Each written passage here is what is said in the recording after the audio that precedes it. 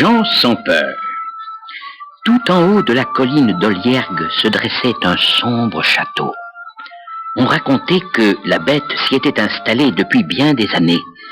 Ceux du pays qui, autrefois, avaient tenté de la démasquer, n'en étaient jamais revenus. Les Oliergois ne se parlaient de la bête que tout bas, de peur que l'envie ne lui prît de descendre au village, car chacun connaissait son appétit fabuleux. Elle mangeait tous ceux qu'elle rencontrait, les gens comme les bêtes, et peu lui importait qu'ils soient jeunes ou vieux. Mais la nuit terminée, le monstre s'endormait pour toute la journée. Son ronflement était si sonore qu'il résonnait sous les voûtes du château et s'entendait parfois bien au-delà de ses murailles, jusqu'au village, quand le vent soufflait de ce côté-là.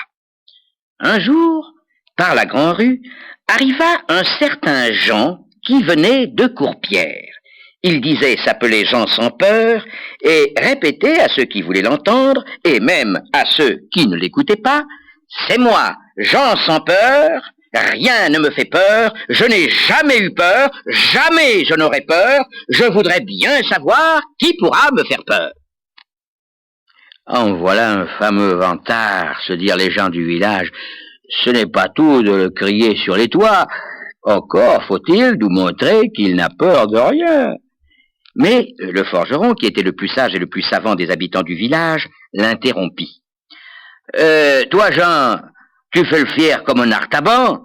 Si tu es aussi vaillant que tu le chantes, va-t'en donc coucher dans le château que tu vois là-haut.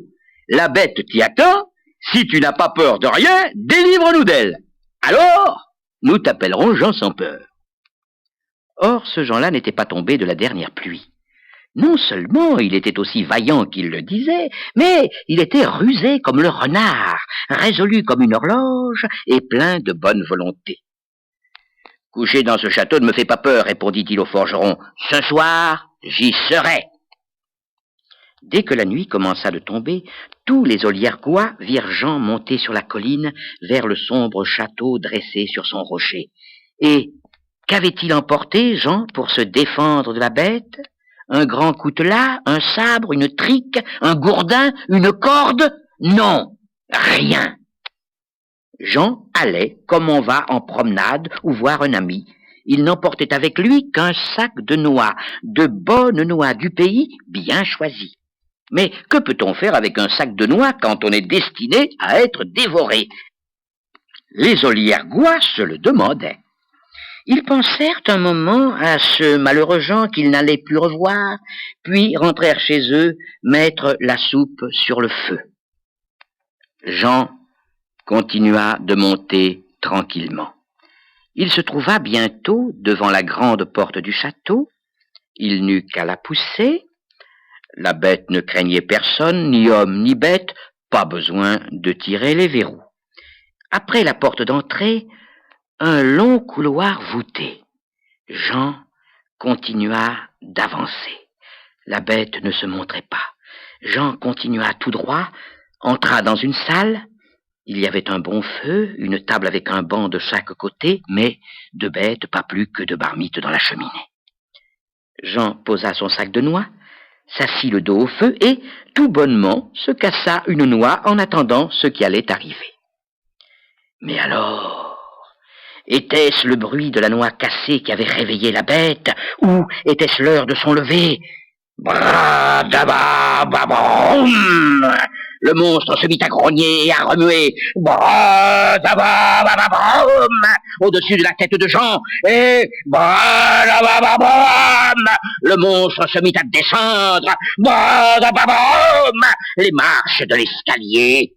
Et lourd comme un cheval, barbu comme un bouc, bourru comme un ours, griffu comme un dragon, le monstre fut devant Jean sans peur, qui allait être dévoré. « Je suis venu passer la nuit avec toi, » dit tranquillement Jean sans peur avec sa voix de tous les jours.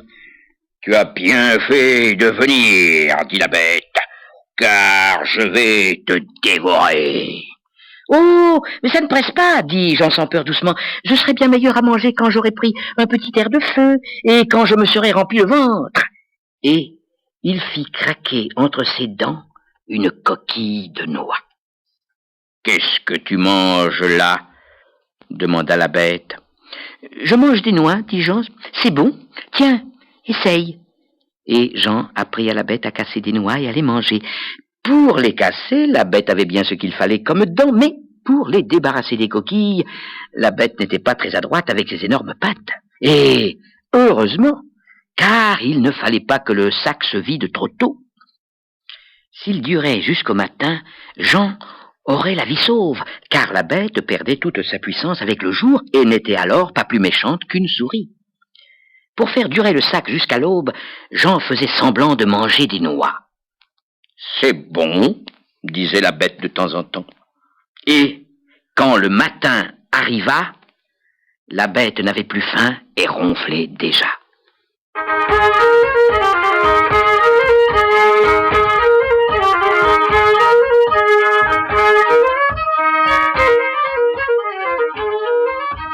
Jean prit le chemin du village en clamant par-dessus les toits « C'est moi, Jean sans peur! Jamais je n'ai eu peur! Jamais je n'aurai peur! Je reviendrai ce soir passer la nuit là-haut! » Pour la seconde fois, Jean poussa la grande porte du château, trouva le feu, la table et les deux bancs. Il s'assit le dos au feu. Ce soir, il avait apporté un sac de noisettes. Les noisettes sont plus longues à manger que les noix, s'était-il dit. Crac! Il en cassa une. Mais alors, était-ce le bruit de la noisette cassée qui l'avait réveillé, ou était-ce l'heure de son lever? Le monstre se mit à remuer et à grogner, et, lourd comme un cheval, barbu comme un bouc, bourru comme un ours, griffu comme un dragon, dentu comme un loup, le monstre fut devant Jean sans peur, qui allait être dévoré. « Cette fois, je vais te manger, » dit la bête. « Oh, déjà, tu n'es pas tellement pressé, » dit tranquillement Jean sans peur de sa voix de tous les jours. « Si tu me manges maintenant, ce sera tout de suite fini, tu n'auras plus personne pour te tenir compagnie. » Et, tout en parlant, il cassa une noisette entre ses dents. « Tiens, qu'est-ce que tu as dans ton sac ce soir? C'est aussi bon qu'hier? » demanda la bête. « Encore meilleur, dit Jean. Veux-tu essayer? » Et cette nuit-là, la bête apprit à casser des noisettes, à les décortiquer et à les manger. « C'est bon, » disait la bête de temps en temps. « Je n'ai jamais rien mangé d'aussi bon. » Quand le matin arriva enfin, la bête n'avait plus faim et ronflait déjà.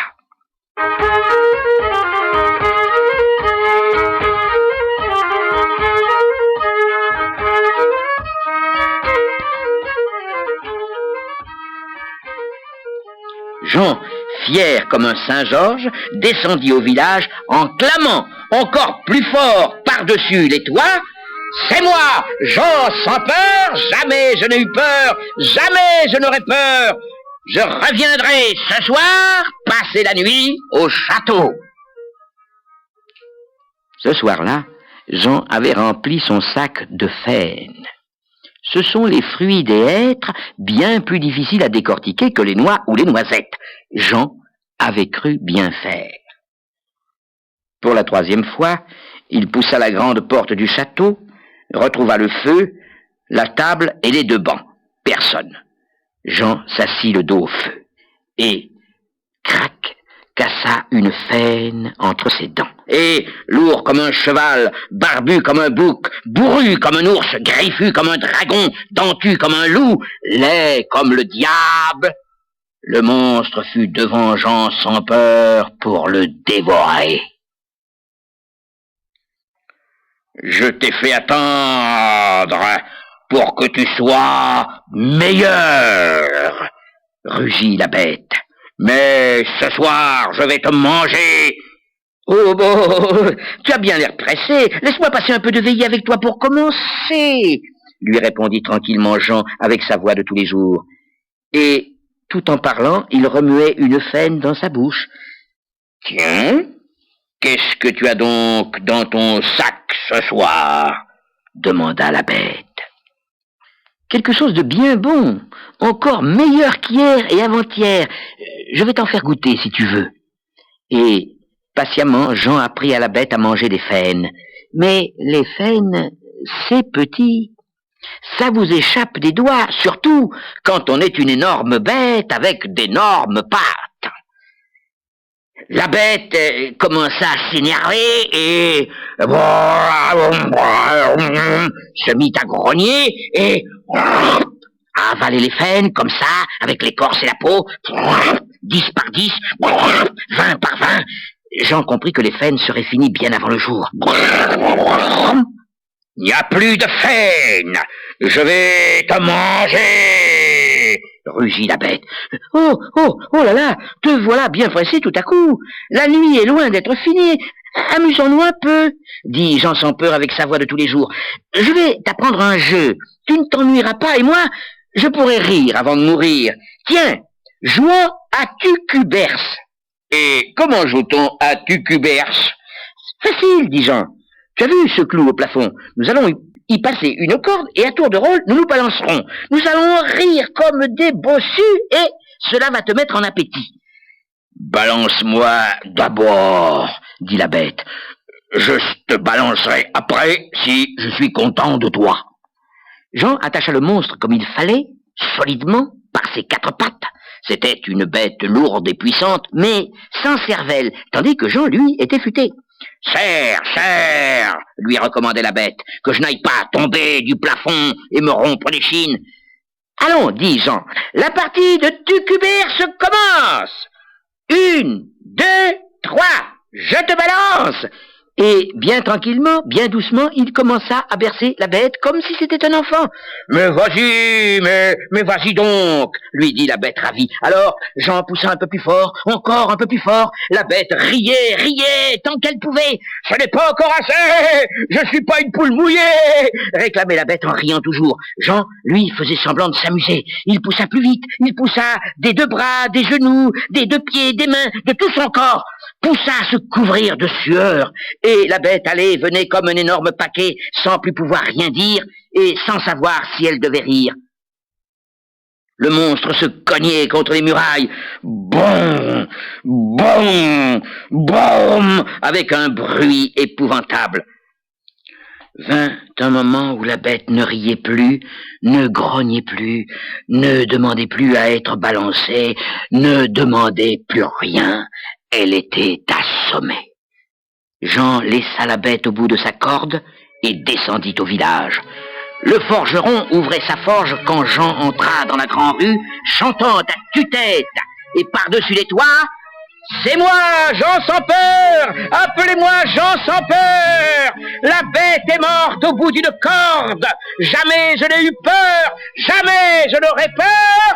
C'est moi, Jean sans peur! » La bête était bien morte, et le château devint celui de Jean sans peur. Il avait délivré le pays de la peur, il l'avait bien mérité.